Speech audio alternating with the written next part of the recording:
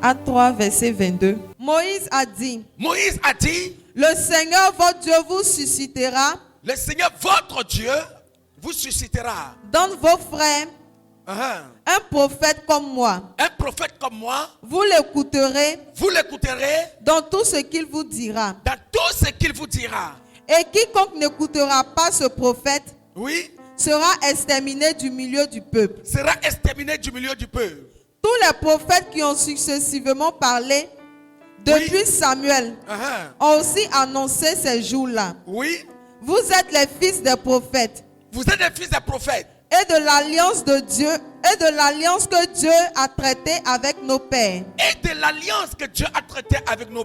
En disant à Abraham, toutes les familles de la terre seront bénies en ta postérité. 2 Chroniques 20. Le lendemain, il se mit en marche de grand matin pour le désert de Tekoa. À leur départ, Josaphat se présenta et dit, devant le peuple et dit, écoutez-moi, écoutez la parole du Seigneur. Judas et habitants de Jérusalem, Tout le peuple de Troulaït et de la Tunisie, confiez-vous en l'Éternel votre Dieu. Confiez-vous en l'Éternel votre Dieu. Et vous serez affermis. Vous serez affermis. Confiez-vous en ses prophètes. Confiez-vous en ses prophètes. Et vous réussirez. Et vous réussirez. On acclame pour la parole du Seigneur. 3e verset. Lis Amos 3 verset 7 rapidement. Car le Seigneur, l'Éternel, ne fait rien sans avoir révélé son secret à ses serviteurs les prophètes. Acte 3 verset 22. Moïse a dit. Moïse c'était qui? C'était un prophète. Le Seigneur votre Dieu vous suscitera d'entre vos frères. Le Seigneur votre Dieu vous enverra au milieu de vous un prophète. Alléluia. Il enverra un prophète comme moi Moïse. Vous l'écouterez dans tout ce qu'il vous dira. Et quiconque n'écoutera pas ce prophète sera exterminé du milieu du peuple. Thème de mon message ce matin, c'est l'alliance des pères et des fils. Dis à ton voisin, es-tu en alliance avec Dieu? Moïse était un prophète de Dieu, envoyé pour une génération. Chaque jour, à chaque époque, à chaque siècle de la vie, Dieu envoie un prophète qui le représente pour parler de sa part à son peuple et pour annoncer sa volonté à son peuple. Nous regardons la Bible depuis Genèse jusqu'à présent. La Bible nous parle des 7 âges ou encore des 7 dispensations. Dans les 7 âges, le premier âge est l'âge de l'ignorance avec Adam et Ève. Le second âge est l'âge de la connaissance ou encore l'âge de la conscience. Toujours avec Adam et Ève, c'est-à-dire après le péché d'Adam et Ève, l'homme devient un homme conscient parce que l'arbre de la connaissance du bien et du mal était un arbre pour ouvrir l'intelligence de l'homme afin que l'homme soit capable de discerner ce qui est bon, ce qui est mauvais. Après Adam et Ève, Dieu va envoyer un autre homme qu'on appelle Noé, qui était le prophète de son temps. On appelle cet âge l'âge des gouvernements terrestres, où les gouvernements de la terre ont commencé à se former. Après Noé, Dieu va envoyer un autre prophète qu'on appelait Abraham. Abraham vient, et quand Abraham vient,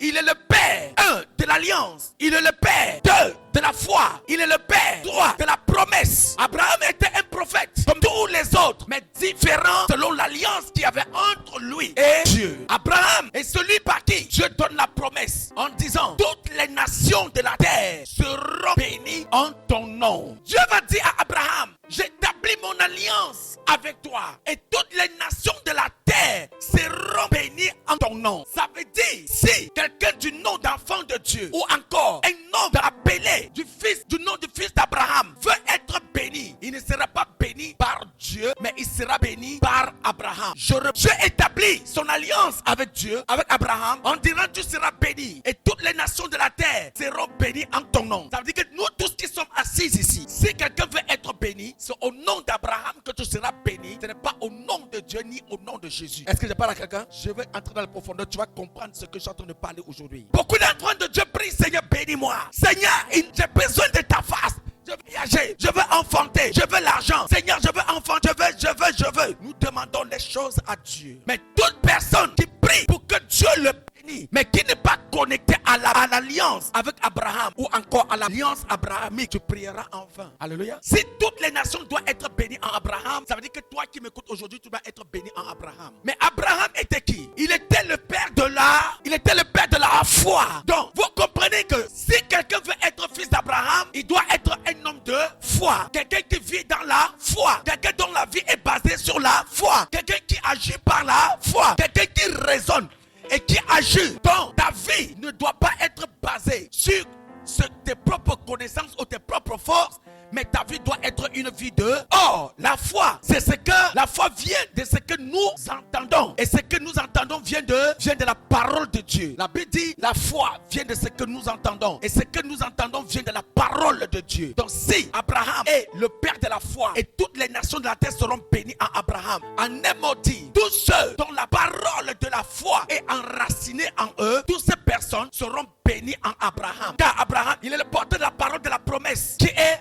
la bénédiction de toutes les nations de la terre. Et Moïse dit ceci: quiconque n'écoutera pas ces prophètes sera exterminé du milieu du peuple. Le mot exterminé ici, on veut le voir dans son fond propre. Exterminé veut dire effacer. Ça veut dire qu'on doit te tuer en un mot dit. Si tu écoutes la parole du prophète et que tu ne la mets pas en pratique et que tu n'obéis pas selon elle, en un mot dit, on doit te tuer. Quand nous lisons cette parole, celui qui n'écoutera pas le prophète de Dieu sera exterminé du milieu du peuple. Depuis que vous êtes né ou que vous êtes converti, né de nouveau en Jésus-Christ, est-ce que vous obéissez à la parole de Dieu? Est-ce qu'on vous a exterminé? Est-ce que vous êtes mort? Maintenant, je vais te parler de quelle extermination il s'agit. Il y a des personnes qui marchent, bien qu'ils sont vivants, mais ils sont morts. Il y a des personnes qui pensent faire ce qu'ils font, mais qu'ils paraissent être ce qu'ils sont, mais qui ne sont rien de tout ce qu'ils croient être. La Bible dit, de la tête jusqu'à la plante des pieds, ils sont déjà morts. Rien, il n'y a plus rien de vivant en eux. Bien-aimés dans le Seigneur, la désobéissance à la voix de Dieu,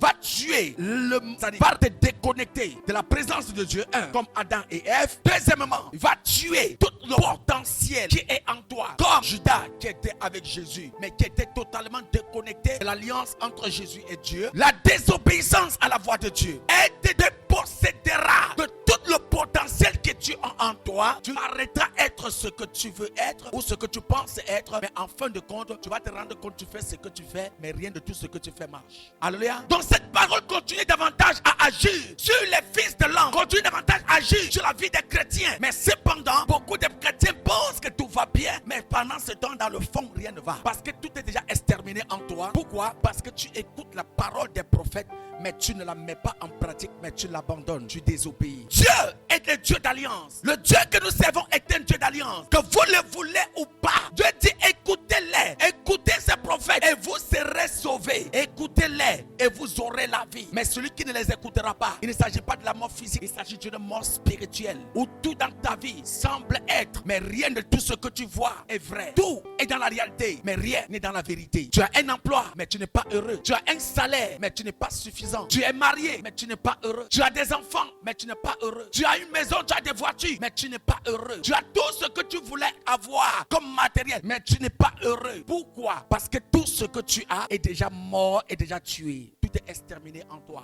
Alléluia. C'est pourquoi ce matin je veux vraiment parler à l'église. Beaucoup souffrent dans leur situation, mais ce n'est pas le plan de Dieu. C'est pourquoi la Bible dit, Jésus dit, mon désir, ce n'est pas que vous mouriez, mais mon désir, c'est que vous vivez et que vous contemplez la magnificence de ma gloire sur votre vie. La volonté de Dieu, c'est que nous tous qui sommes ici, que nous soyons sauvés. La souffrance n'est pas dans le plan de Dieu. Souffrir comme tu souffres aujourd'hui, Dieu ne t'a pas crié pour souffrir. Dieu ne t'a pas crié pour pleurer. Dieu ne t'a pas crié pour être dans la douleur. Dieu ne t'a pas crié pour échouer. Dieu ne t'a pas crié, je le dis encore, pour échouer. L'échec ne fait pas partie du plan de Dieu pour l'humanité. C'est pourquoi avant de créer l'homme, Dieu a créé un jardin où il y avait tout ce que l'homme avait besoin pour épanouir. Il a créé un jardin où l'homme avait tout ce qu'il fallait pour être heureux. Et dans le jardin, il a tout mis sans rien oublier. Parce que le désir ardent de Dieu, c'est que tous ses enfants soient heureux. C'est que toutes ses créatures soient heureuses sur terre. Mais qu'est-ce qui a fait que l'homme ait quitté le jardin? La désobéissance de Adam et de Ève. Et cette désobéissance continue davantage à détruire les fils de l'homme jusqu'aujourd'hui. Cette désobéissance continue davantage à sévir l'église jusqu'aujourd'hui. Adam, tu mangeras de toutes les arbres qui sont dans le jardin. Mais quand tu as l'arbre de la connaissance du bien et du mal qui est au milieu du jardin, tu n'y toucheras pas. Car le jour où tu mangeras, tu mourras. Adam a mangé, il n'est pas mort, mais il est mort. Adam a mangé le fruit, il n'est pas mort, mais il est. De même toi qui me regardes, tous ceux qui mangent le fruit de l'arbre de la connaissance du bien et du mal aujourd'hui, dont j'appelle la désobéissance, ils continuent davantage à paraître, mais sont déjà morts. Vous êtes les fils des prophètes et de l'alliance. Vous êtes tous les fils des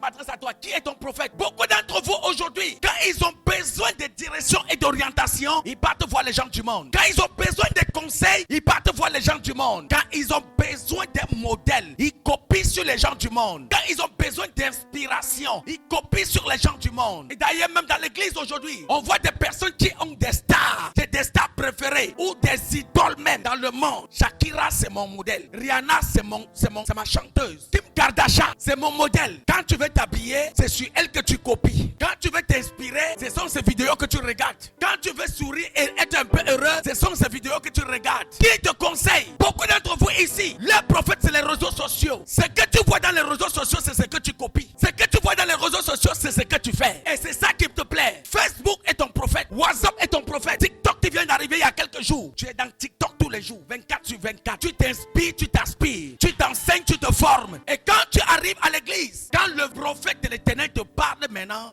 papa n'a qu'à laisser sa part là. Il dit quoi même?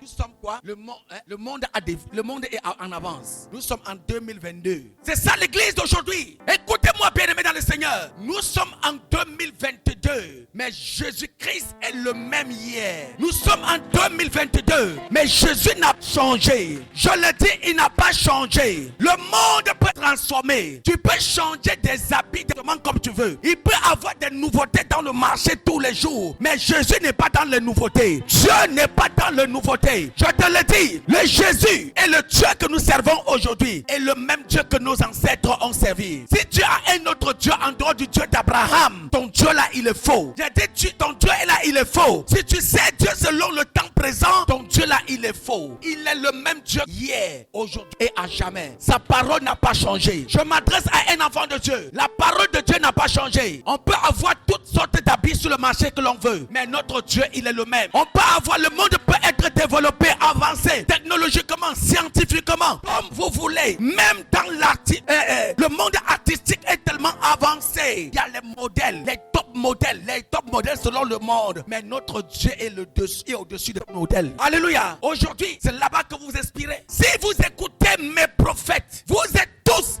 les fils des prophètes et de l'alliance. Les fils des prophètes. Écoutez-les. Ton papa ne fumait pas, mais toi tu fumes. Ton papa a connu la femme quand il s'est marié, mais toi aujourd'hui tu n'es pas marié, mais tu as pine. Mais si on te parle, non.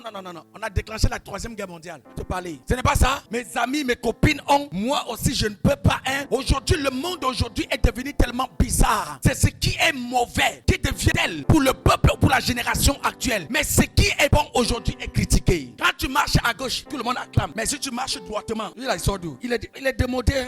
Il vit encore à l'ancien temps. Il n'est pas à la mode. Il n'est pas sexy. Il n'est pas plaqué. Il n'est pas.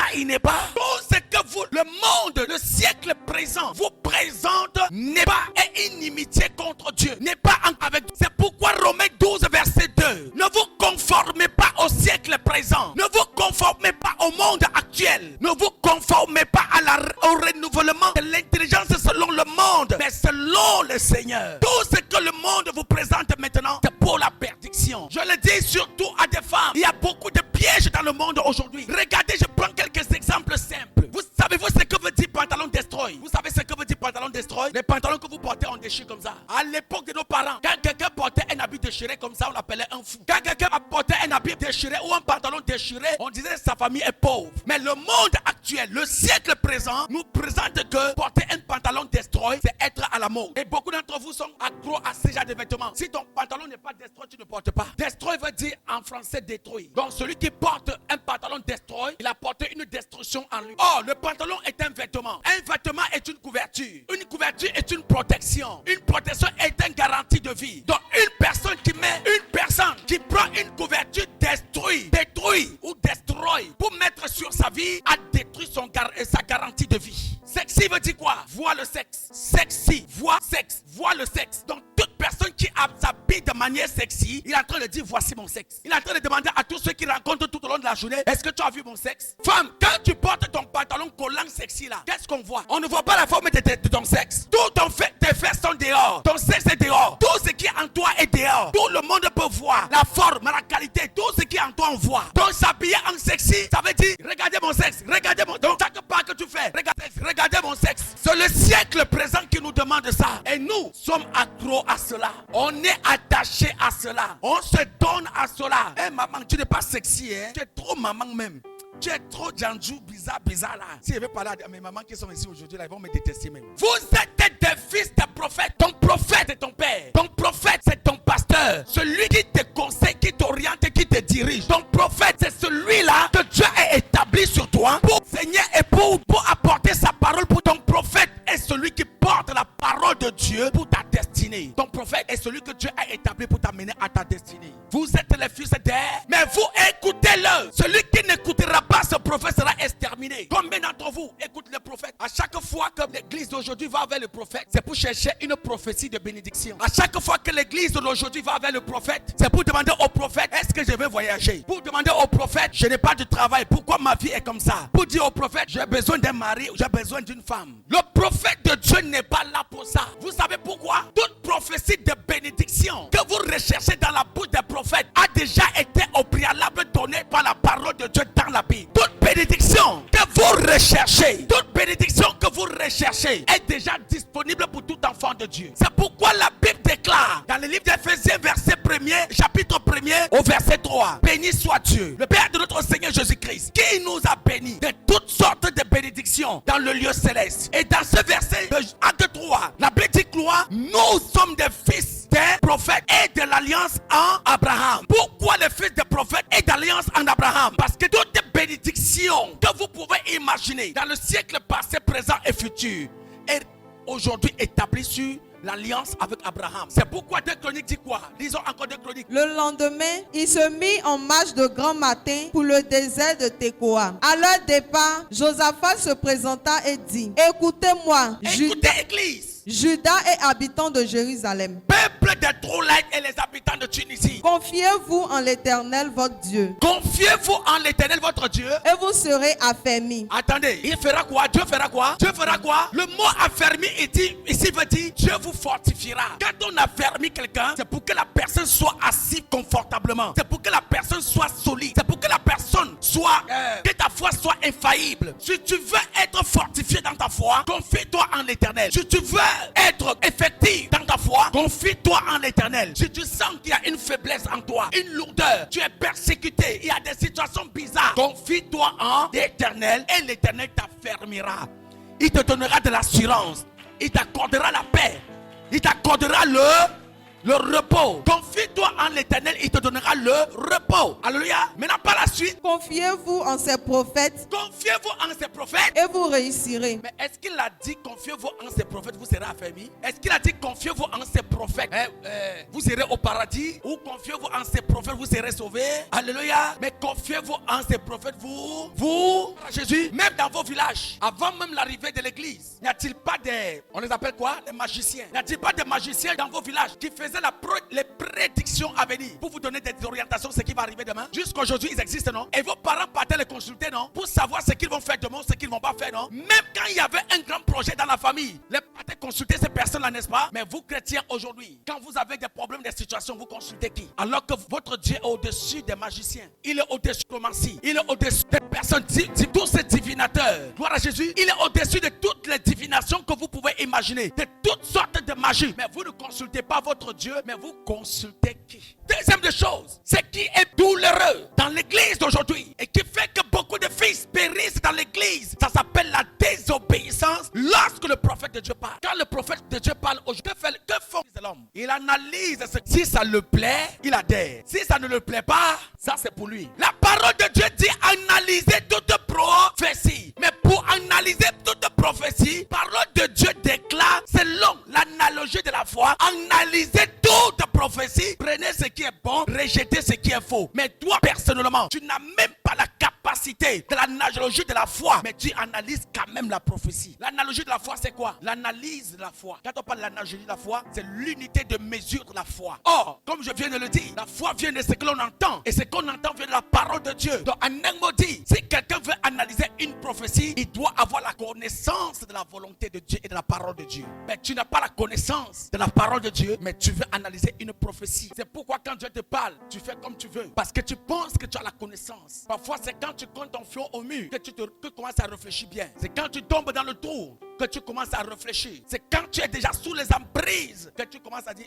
le monsieur l'avait dit quoi? Je vous ai dit la fois dernière. Quand le prophète de Dieu parle, si tu n'y prends pas garde, la pluie qui viendra, même si, quand la pluie va descendre, même si tu trouvais un abri, avant de trouver l'abri, la pluie là va te mouiller. Le sage écoute la parole de la prophétie attentivement et trouve un abri avant que la pluie ne vienne. C'est pourquoi je vous le dis, vous êtes les fils des prophètes et les fils d'alliance. Quelle est l'alliance sur laquelle toi tu es établi? Beaucoup sont dans cette église, dans ce ministère, dans cette vision, mais ils n'ont même pas la connaissance de la vision même de cette église où nous sommes. Vous savez où Dieu nous amène? Levez vos mains, je veux voir. Savez-vous où Dieu, le Dieu de ce ministère, de cette église-là nous amène? Chaque église a un fondement. Et c'est un fondement qui est basé déjà sur un fondement. Parce que vous devez comprendre, il y a un seul fondement. C'est pourquoi apôtre Paul pouvait dire de poser des fondements comme un sage architecte. Mais un autre est venu bâtir au-dessus. Mais que chacun fasse attention de la manière dont il bâtit sur ce fondement. Nous bâtissons sur ce fondement. Mais nous allons quelque part. Est-ce que tu connais là où nous allons? Si tu ne connais pas, c'est pourquoi je peux te parler. Parfois, tu fais ce que tu veux. Si tu ne connais pas, c'est pourquoi je peux te dire. Je peux te dire quelque chose, mais tu fais ce que tu penses. Et c'est pas là quelqu'un. Quand tu sais que tu as affaire, il y a un Camerounais qui a dit, je crois que c'est l'entraîneur de l'équipe nationale du football camerounais, quand un homme sait qu'il est en danger, il n'est plus en danger. Mais quand tu es en danger et que tu ne sais pas que tu es en danger, c'est dès lors que tu es en danger. Alléluia. Et j'ai dit, cette parole était très réfléchie et très sage et d'abord très intelligent. Mais dans l'église, il y a des enfants de Dieu qui savent qu'ils sont en danger, mais ils demeurent dans le danger. Parce que celui qui sait qu'il est en danger, il prend des dispositions afin de pouvoir dominer sur la situation. Mais il y en a qui savent qu'ils sont en danger, mais ils continuent à vivre comme si rien n'était. Ils continuent à vivre comme si rien n'était. Et c'est dangereux. Je dis bien c'est dangereux. Et si je peux parler à quelqu'un, c'est très dangereux. Malheur à la terre, car le diable est descendu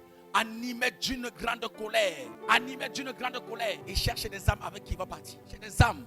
Vous êtes les fils des prophètes et de l'alliance. Quand vous entrez dans une alliance, soyez vrais. Quand vous entrez dans une alliance, soyez vraiment des fils du Très-Haut. Il ne faut pas que ce qui arrive aux gens de dehors vous arrive. Il y a des choses qui peuvent arriver aux païens, mais qui ne doivent pas arriver à un enfant de Dieu, je le dis toujours. Il y a des choses qui arrivent aux païens, dont les enfants de Dieu sont exemptés de toutes ces choses-là. Mais si on voit ce qui arrive aux païens, t'arrives toi enfant de Dieu, ça veut dire que tu es faux. Il y a un problème. Alléluia. Parce que Dieu est celui qui connaît la fin d'une chose avant le commencement. C'est pourquoi la parole de Dieu dit il ne fait jamais rien sans avoir révélé le secret à ses serviteurs, les prophètes. Rien ne t'arrivera de mauvais si tu es vraiment vrai dans une alliance sans que Dieu t'ait au préalable informé. Mes enfants ils savent de quoi. Aucun événement ne peut avoir lieu dans ce ministère par surprise. Non, Dieu, il nous informe toujours en avance. Et il nous informe toujours en avance. Mais les fils de l'homme, maintenant quand Dieu vous informe, vous faites quoi? Papa a parlé trop. Papa a dit même quoi? Moi je vais bien. Il y a quoi? Il n'y a pas de problème. On ne sait jamais, tu peux sortir d'ici. Une voiture quitte là, alors que tu te portais bien. Tu peux arriver dans ton lieu de service, on ne sait pas ce qui peut arriver. La mort peut être partout. Le malheur peut être partout. Et c'est pas quelqu'un? Ça peut être partout. Nul ne sait quand, nul ne sait le moment, nul ne sait l'heure. C'est pourquoi, en tant qu'enfant de Dieu, soyez toujours prêts. Soyez toujours prêts. Jésus peut venir tout de suite si je m'en vais avec toi. Est-ce que tu es prêt? Vous qui me regardez ce matin, qui êtes église, vous qui êtes dans la présence de Dieu ce matin. Si Jésus vient maintenant dire, allons, tu es prêt? Si l'avion de Dieu descend là-bas en bas, on dit tous ceux qui sont prêts, entrez dedans. Tu vas entrer. Combien d'entre vous vont entrer? Parce que si tu n'es même pas prêt, quand tu vas arriver devant l'avion là, l'avion va te rejeter. Il ne s'agit pas de toi, de ta volonté. Quand je te pose la question, est-ce que tu es prêt? Est-ce qu'à ton âme est consciente? Tu es sûr que si Jésus vient maintenant, on dit c'est l'enlèvement, toi tu seras enlevé. Regardez-moi bien, est-ce que tu es sûr que tu seras enlevé? Allons à l'église. L'église a même, je suis fatigué aujourd'hui, papa. Allons à l'église. Non, dimanche là, je ne vais pas à l'église, je vais aller dimanche prochain. Allons à la prière. On prie trop là-bas même. Je vais me reposer aujourd'hui. Jésus ne te demande une seule journée, le jour de sabbat, ce dimanche. Le mardi, on demande l'enseignement, car mon peuple périt par manque de connaissances. On a 2 heures seulement dans la présence de Dieu, on ne te voit pas. Le jeudi, on a 2 heures de prière intense contre le monde des ténèbres, on ne te voit pas. Le dimanche même encore, tu viens aujourd'hui, demain tu ne viens pas. Tu viens aujourd'hui, demain tu ne viens pas. Mais quand c'est mauvais, Dieu, Jésus, pourquoi tu me fais ça? C'est pas Jésus qui te fait ça, c'est toi qui te fais ça. C'est toi qui te fais ça. Acte 3, verset 16 dit quoi? Acte 3, verset 16, je lis la parole de Dieu. C'est par la foi en son nom que son nom a raffermi celui que vous voyez et connaissez.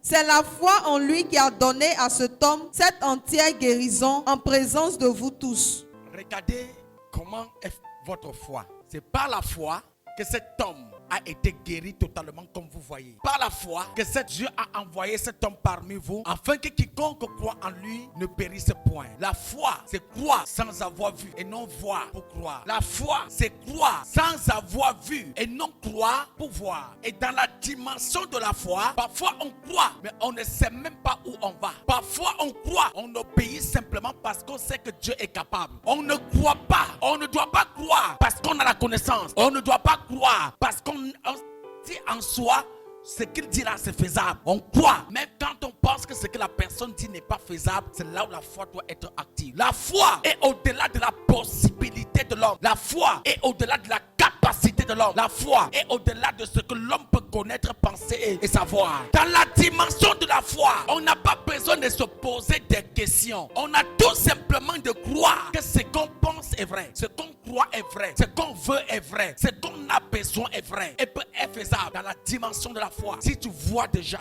tu n'as plus besoin de croire. Si tu penses que tu peux le faire, tu n'as plus besoin de croire, d'avoir la foi. Parce que la foi est au-delà de tes capacités. La foi est au-delà de ta connaissance. La foi est au-delà de tes possibilités. C'est cette foi-là que nous avons hérité d'Abraham, le père de la foi. Lorsque Dieu demande à Abraham, quitte ta patrie, la petite, Abraham ne sait même pas où il va, mais il quitte. On te dit, viens faire une semaine à l'église, prie seulement. Tu vas commencer à dire, papa, c'est pourquoi? Papa, Dieu veut me dire quoi? Papa, il y a quoi? Papa, il y a... Non, va. On t'a dit, va prier, va. Reste là une semaine, prie. C'est que en priant, tu vas savoir pourquoi on te demande de prier. Prends 7 jours de jeûne. Question.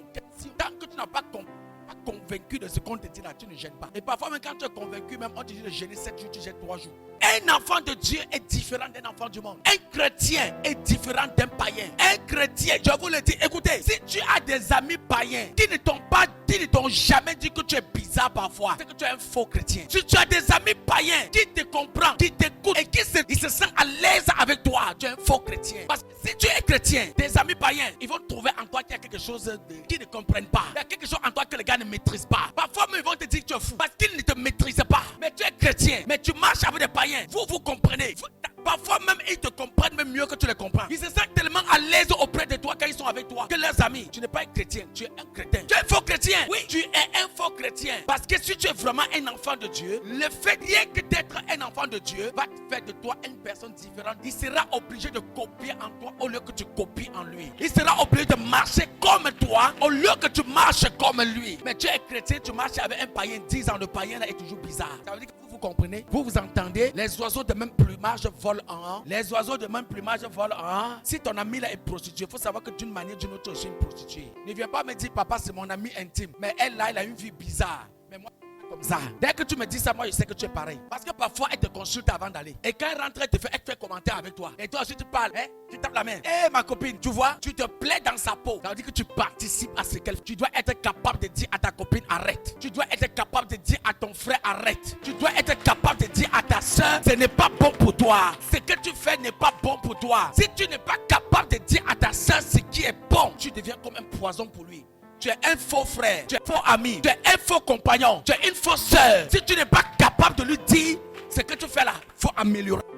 Vous cherchez la bénédiction est disponible. Vous voulez les gloires sont pour des enfants de Dieu. Ce n'est pas pour les païens. Mais le problème, c'est que vous voulez des gloires à votre manière. Seigneur, pendant que je suis dans ma fornication, bénis-moi. Seigneur, pendant que je suis dans l'adultère, bénis-moi. Seigneur, pendant que je consulte les marabouts, bénis-moi. Seigneur, pendant que je consulte les nécromanciens, bénis-moi. Tu vas mourir cadeau. Attendez, écoutez, bien. Elle est chrétienne, mais elle vit comme les païens. Mais lui, il est païen, mais il va quand même à l'église. Mais moi, je suis au milieu. Je ne suis pas païen, je ne suis pas chrétien. Et je les regarde. Regardez ce qui va se passer. Mon cas là, Satan me regarde, Dieu me regarde, les deux m'observent. Lui qui est chrétien, mais qui vit selon le monde, il est à la merci de Satan. Pourquoi? Parce que lui, il a accepté Jésus comme Seigneur et Sauveur, mais il rejette Jésus tous les jours et accepte Jésus par sa manière de vivre selon Satan. Et accepte Satan par sa manière de vivre comme ça. Nous sommes chrétiens lorsque nous vivons selon Jésus le Christ. Pas seulement parce que nous avons dit Jésus, tu es mon sauveur, tu es mon Seigneur. Le fait que Jésus est mort sur la croix et pour que tout le monde soit sauvé, on appelle ça la grâce. Mais il y a une seconde grâce. C'est pourquoi moi je dis toujours, nous sommes sauvés, mais nous sommes en train d'être sauvés. Le premier sauvé, c'est que Dieu nous a rachetés de la mort par son sang, afin que toute l'humanité entière ait la possibilité d'entrer dans le royaume des cieux. Cette première grâce, nous n'avons pas demandé ni mérité. Mais la seconde grâce, être en connexion avec Jésus, pour être sauvé. Lui, il est païen, mais il vient souvent à l'église. Satan va faire de toi il va faire de toi son objet ou son instrument. Pourquoi?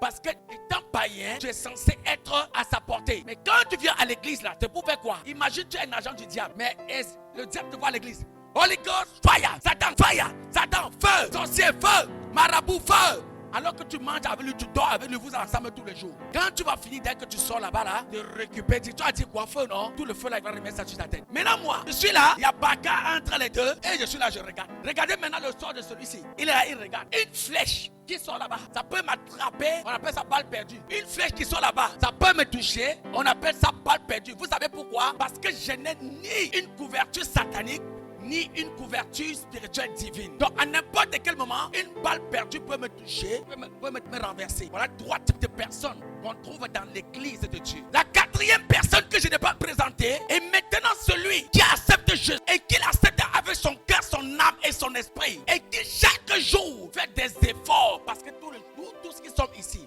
nous ne faisons que des efforts pour plaire à Dieu. Car personne ne peut plaire à Dieu de lui-même. Il travaille tous les jours pour être en connexion et de permanence avec Dieu, dans l'obéissance et la pratique de la parole de Dieu. Celui-là est celui qui est agréable à Dieu. Il est celui qui est agréable à... Donc toi, tu es dans quelle position, toi qui m'entends? Je m'adresse à vous, vous êtes dans quelle position? Êtes-vous dans l'église et vous vivez comme le monde? Ou êtes-vous dans le monde mais vous venez quand même à l'église? Et qui chaque jour menait joyeuse et brillante vie. Un pauvre nommé Lazare était couché à sa porte, couvert d'ulcères, et désireux de se rassasier des miettes qui tombaient de la table du riche. Écoutez bien, église. Et même les chiens venaient encore lécher ses ulcères. Ouais. Le pauvre mourut, et il fut porté par les anges dans le sein d'Abraham. Écoutez, le pauvre mourut, et il fut porté par les anges dans le sein d'Abraham. Et le riche mourut aussi. Et le riche mourut aussi. Et il fut enseveli. Il fut enseveli. Le pauvre est mort, mais il a été emporté dans le sein d'Abraham par les anges. Quand le riche est mort à son tour, au lieu d'être emporté dans le sein d'Abraham, la Bible déclare qu'on l'a enseveli. En un mot dit, il est descendu. Et s'il est descendu, il est parti où? Dans les régions inférieures. Et les régions inférieures, c'est là où se trouve le lieu du tourment. Et la Bible dit, dans le séjour des morts, oui, il leva les yeux. Et quand il est arrivé maintenant dans le séjour des morts, il a levé les yeux. Et tandis qu'il était en proie au tourment, il vit de loin Abraham. Il vit de loin Abraham. Et Lazare dans son sein. Et Lazare dans son sein, c'est-à-dire Lazare dans le lieu du repos. Qu'est-ce qu'il dit? Il s'écria. Il cria, Père Abraham, aie pitié de moi. Jésus, aie pitié de moi. Depuis le séjour de mort, c'est-à-dire depuis le lieu du tourment. Il crie, Jésus, aie pitié de moi. Abraham, aie pitié de moi, oui. Et envoie Lazare pour qu'il trempe le bout de son doigt dans l'eau et me rafraîchisse la langue. Juste pour rafraîchir ma gorge, le bout de son doigt. Envoie, grâce à maintenant, qui touche seulement le bout de son doigt sur l'eau là. Pour toucher seulement dans sa bouche pour qu'il soit un peu rafraîchi. Qu'est-ce qu'il va dire? Car je souffre cruellement dans cette flamme. Abraham répondit. Mon enfant, mon fils, souviens-toi que tu as reçu tes biens pendant ta vie. Pendant tes jours sur terre, tu as eu tout ce que tu avais besoin. Et que Lazare a eu les maux pendant la sienne. Et pendant que tu te réjouissais de tout ce que tu avais, il y avait un pauvre monsieur couché à l'entrée de ta porte qui désirait seulement manger les miettes de ce qui tombait sur la table, sur ta table, même les miettes qu'on donnait aux chiens. Il désirait seulement un peu pour survivre. Mais toi, tu étais dans toute ta gloire. Tu ne faisais exception. C'est-à-dire tu t'en fichais totalement de Lazare. Ceci nous interpelle avant que tu nous pousses. Dans les jours de ton apogée, les jours de ton élévation de ta gloire, il ne faut jamais minimiser quelqu'un parce que la personne souffre. Dans le jour de ton succès, dans les jours où Dieu t'a élevé, Dieu t'a béni, souviens-toi de ceux qui pleurent. Souviens-toi de ceux qui sont dans le besoin. Église, je vous le dis, plusieurs se retrouveront la porte fermée sur leur nez. Tout simplement, pendant que tu joues sur terre, il y avait quelqu'un qui était malade à côté de toi, tu ne lui as pas rendu visite. Il y avait quelqu'un qui pleurait à côté de toi. Au lieu de le réconforter, tu en as rajouté sa douleur. Il y a des personnes, écoutez, je vous parle ce matin, et même encore, des personnes qui pleurent à cause de vous, parce que vous les avez blessés. Mais dans votre orgueil et dans votre ego, vous refusez de reconnaître vos erreurs et vos fautes. Vous les méprisez davantage parce que vous, c'est toi. Tu es grand, tu es élevé. Parce que tu as donné une petite possibilité d'être ce que tu es. C'est toi le chef, c'est toi le patron, c'est toi le grand, c'est toi qui es. C'est toi qui es. On voit ça dans l'église aujourd'hui. C'est moi le grand prophète. C'est moi le grand apôtre. C'est moi le grand pasteur. Tu méprises les autres. Tu écrases les autres. Le jour viendra où tu seras en bas. Et tous ceux que tu as écrasés seront en haut. Et c'est toi qui vas le dire. Donne-moi seulement un peu de l'eau pour que je rafraîchisse ma gorge. Bien-aimé, quel que soit ce que tu vis sur la terre, souvenez-vous que la justice de Dieu est inchangeable et invariable. Dieu dans sa justice ne fait exception de personne. Je le dis et je dis tous les jours. Quand nous lisons la parole de Dieu, la Bible nous dit Dieu est juste. Il est vraiment juste. Que tu sois grand, petit, quel que soit ton titre, quel que soit ton état, ta situation, qui que tu sois, riche, pauvre, quel que soit ton rang social, Dieu dans sa justice ne fait exception de personne. Moi qui vous parle en tant que votre père, votre leader, j'ai peut-être offensé. Viens me voir. On gérait ça entre père et fils, entre frère et frère, ou entre frères et sœurs. Viens me voir. On va gérer ça et on va continuer à avancer. Et toi, quand tu offenses, sois capable aussi de demander pardon pour avancer. Est-ce que je parle à l'église? Dieu veut bénir des personnes, mais rien qu'à cause de ta position, trop confortable, trop sûr de toi, trop, je ne sais même pas. Et on regarde même ça, on ne voit même pas dans quoi même tu es orgueilleux. Ce que tu fais aujourd'hui, il y en a qui ont fait 1000 fois mieux que toi. Ce que tu as aujourd'hui, il y en a qui ont eu 1000 fois que toi. Et ce que tu as aujourd'hui, les gens auront mieux que toi demain. Ce que tu es aujourd'hui, il y en aura des milliers, des milliards plus que toi demain. Descends de ta montagne, descends de ta montagne. Sois humble et Dieu aura compassion de toi. Sois humble et Dieu aura miséricorde de toi. Sois humble et Dieu aura miséricorde de toi. Est-ce que je parle à quelqu'un? Qui que tu sois, quel que soit ce que tu as aujourd'hui, frère, ce que tu as aujourd'hui, rien ne te rassure que demain tu auras la même chose. Notre Dieu est un Dieu d'alliance. Le Dieu des prophètes est le Dieu d'alliance. Je parle aux enfants de Dieu aujourd'hui. Apprenez à vous humilier. Apprenez à être en bas. Je le dis, Dieu ne bénit pas proclamer. Dieu ne bénit pas ceux qui disent je suis grand. Dieu ne bénit pas ceux qui sont élevés. Dieu prend à la poussière. Il te façonne et il te met à la table des grands. Est-ce que je parle à quelqu'un? Il prend à la... Abraham n'était rien. Il était fils d'un idolâtre. Mais Dieu a pris Abraham. Il a fait de lui père de multitudes et de génération en génération. David n'était qu'un berger. Mais Dieu a pris David de la bergerie. Il a fait de lui un roi, le plus respecté de toutes les générations jusqu'à nos jours. Bien-aimé dans le Seigneur, Dieu ne prend pas les personnes qui sont grandes, mais il prend ceux qui sont petits. Même lui-même quand il est venu sur la terre, pas né dans une royaume, il est né à la bergerie. Là où lui-même il est né. Et de cette bergerie, il est devenu le roi des rois. Il est devenu le roi des rois pour des siècles et des siècles. Si tu es en bas, Dieu te mettra en haut. Mais si tu es en haut, Dieu te prendra de ton sommet. Il te mettra à terre. Je te le dis, si tu viens devant Dieu, rabaisse-toi. Mais si tu te lèves, il te rabaissera. Il te rabaissera. Et c'est pas à l'église. Qu'est-ce que Lazare va dire? Maintenant, il est ici consolé et toi tu souffres. Voilà Lazare que tu as méprisé hier. Aujourd'hui, Dieu lui est élevé. Et maintenant, toi, tu es en bas, dans un feu, et en train de souffrir. Et d'ailleurs, il y a entre nous et vous un grand abîme. C'est trop tard, église. Je le dis, c'est trop tard. Entre le riche et Lazare, maintenant, c'est trop tard. Il n'y a plus de connexion ni de lien. Ça veut dire quoi? Dans ton passé, tu as eu la possibilité de pouvoir prendre soin de moi, Lazare. Et tu ne l'as pas fait. Mais aujourd'hui, que je suis en haut, toi, tu es en bas. Dieu a mis un fossé entre moi et toi pour que je ne puisse pas venir là où tu es. Toi, tu ne peux pas venir où je suis. Donc, Anne me dit quoi? Dans ton sort, là où tu es là, il faut accepter ta situation là maintenant et assumer. Savez-vous comment il est douloureux d'être riche aujourd'hui et demain être pauvre? Mieux vaut être juste, de ne rien avoir pour toujours, de t'équilibrer et de te suffire et avancer, que d'être super riche aujourd'hui et demain de te trouver dans la position de quelqu'un qui n'a rien. Si Dieu ne t'a pas tenir, tu ne pourras pas tenir. Et le pauvre dit quoi?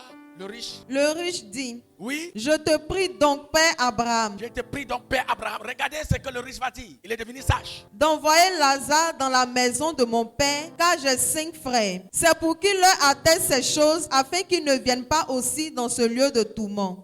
Pour qu'eux aussi ne commettent pas les mêmes erreurs que j'ai commis hier. Pour se retrouver là où je suis, envoie un ange les parler. Abraham dit quoi? Abraham répondit, oui. Ils ont Moïse et les prophètes qui les écoutent. Ils ont l'apôtre avec eux, qu'ils les écoutent. Je les ai envoyés un apôtre, qu'ils écoutent l'apôtre que je les ai en. Ils ont Moïse et les prophètes. Dieu vous a envoyé des prophètes. Et vous écoutez-le. Oui. Et il dit. Et il va lui répliquer. Non, Père Abraham. Abraham. Mais si quelqu'un des morts va vers eux, ils se repentiront. Et beaucoup dans l'église sont comme ça. L'apôtre a parlé, on ne veut pas écouter. Mais si un ange qui du ciel maintenant là. Ainsi parle l'Éternel. Repentez-vous et donnez votre vie à Dieu. Sinon vous allez tout mourir. Vous allez voir toute la salle là est calme comme ça. Parce qu'il y a un ange qui est descendu. Mais quand l'apôtre prend le micro, repentez-vous, donnez votre vie à Dieu. Ah, papa l'a dit mon voilà. Vous aimez ça, non? Il demande si un mort ressuscite et parle à la maison de mon père, ils l'écouteront. Ça veut dire que les prophètes et Moïse qui sont là, ils ne peuvent pas l'écouter parce que Moïse, ils voient Moïse comme un frère. Ils voient Moïse dans la chair. Ils voient Moïse comme un homme. Mais quand ils vont voir un ressuscité qui est monté, ils vont croire. Pourquoi? Parce qu'ils ont un esprit. Croyez-vous quand je vous parle, je parle de moi-même? Je pose la question. Croyez-vous que quand je parle là, c'est l'apôtre ou c'est Martial qui parle? Un prophète ne parle pas de lui-même. C'est pourquoi la Bible dit, c'est poussé par l'esprit que les hommes ont à jamais parlé de la part de Dieu. Si un homme n'est pas poussé par l'esprit, il ne parlera pas de la part de Dieu. Je ne parle pas des faux prophètes. Je ne parle pas de ceux qui ont dit Dieu m'a dit alors que Dieu n'a rien dit. Je ne parle pas de ceux qui sont dans les... Ainsi par l'Éternel. Non, c'est poussé par l'esprit et non par la chair. C'est poussé par l'esprit et non par la sensation. C'est poussé par l'esprit et non par la volonté d'un homme. C'est poussé par l'esprit. Allez, c'est pas l'esprit. Donc si les prophètes, un prophète, je dis bien un prophète de Dieu a parlé, écoutez-le. Écoutez, c'est pourquoi on ne donne pas ses oreilles à n'importe qui. C'est pas tous ceux qui tiennent le micro, bien aimé, qui doivent parler sur ta vie.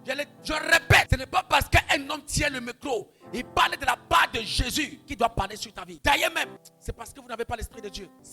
De Dieu, même en ligne seulement. Parfois, je suis en train de sur Facebook. Quand j'entends seulement la personne dit 2-3 mots, celui-ci, il n'est pas digne de parler de Jésus. Il n'est pas digne de prêcher la parole de Dieu devant un peuple. Ayez le discernement. Ayez le discernement. Plusieurs sont appelés, mais peu sont élus. Et plusieurs se sont envoyés de la part de Jésus alors que Jésus ne les connaît pas. Ayez le discernement. Partout où vous allez, dans une église où vous entrez, quand un homme de Dieu parle, demandez Dieu de révéler l'identité de celui qui parle. C'est pourquoi je le dis tous les jours. Si tu es dans cette église, sans révélation de cette église, tu es là pour rien. Il faut avoir la révélation de celui qui te parle et de l'endroit ou du lieu où tu es. Et en conclusion, qu'est-ce que le monsieur va lui dire? Et Abraham lui dit. Abraham lui dit. S'ils n'écoutent pas Moïse et les prophètes, si vous n'écoutez pas l'apôtre, ils ne se laisseront pas persuader quand même quelqu'un des morts ressusciterait. Même si on envoie un mort, ils ne vont pas toujours l'écouter. Alléluia. Si vous n'avez pas écouté ce qu'on vous dit, même si Moïse se ressuscite maintenant, vous parlez, vous n'allez pas écouter. Même si l'ange Gabriel qui annonce toutes les prophéties à venir et tout et quoi, s'il revient ici parmi vous, vous n'allez pas l'écouter.